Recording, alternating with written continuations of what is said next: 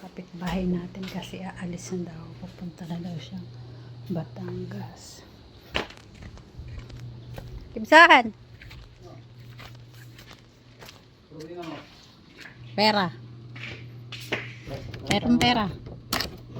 Ano oras ka alis?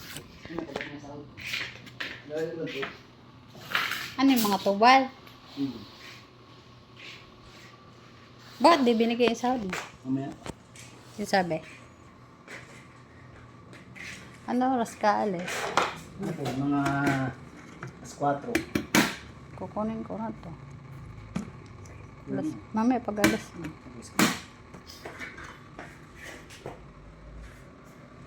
Malaki yung tubag mo? Malit nga na madumi pati. Walang gumbag? Asan pala yung kubag?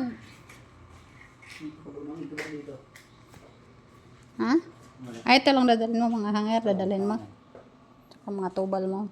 Ba't kasi lit-lit? Ang kutsilyo! Kaya ito. Akin, nira mo yan sa akin eh. Hindi ka na magluluto? Kukunin ko na yung mamaya. Walang iko pa.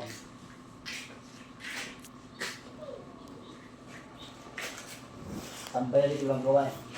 Ba't ito lang gawa? Hindi na kayo pinagawa? Hindi na, 2 araw eh. At tapos, hindi pa tapos, alalayasan mo na naman. Tapos na, testingin na lang sila ng testing. Sino magtitesting? At sinutid.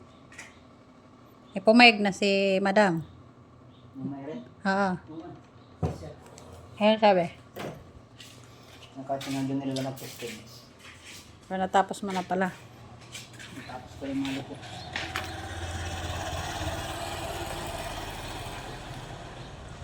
Kung wala ang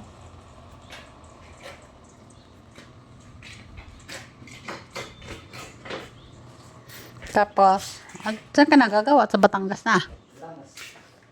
Ay, pupunta ka pa ng Maynila. Baka na naman hindi pa sure. Natulong ko sa Ran. yung asawa ko sa tangkis. Ayun yung bag mo. Naka-ready na. Sana ako naka-ready agad. Ayan. Lalagyan ako lalagay yan. Puro yung bag ko. Asan talaga nilagyan mong eco bag dati? Dati. Wala naman. Wala tayong mabinta ditong baka. Ito mo. Ito, di ka nabibinta to. Nabibinti yan. Gamit ko yan. Anong gagamit niyan? Ayan o, mga yero-yero. Ano pa?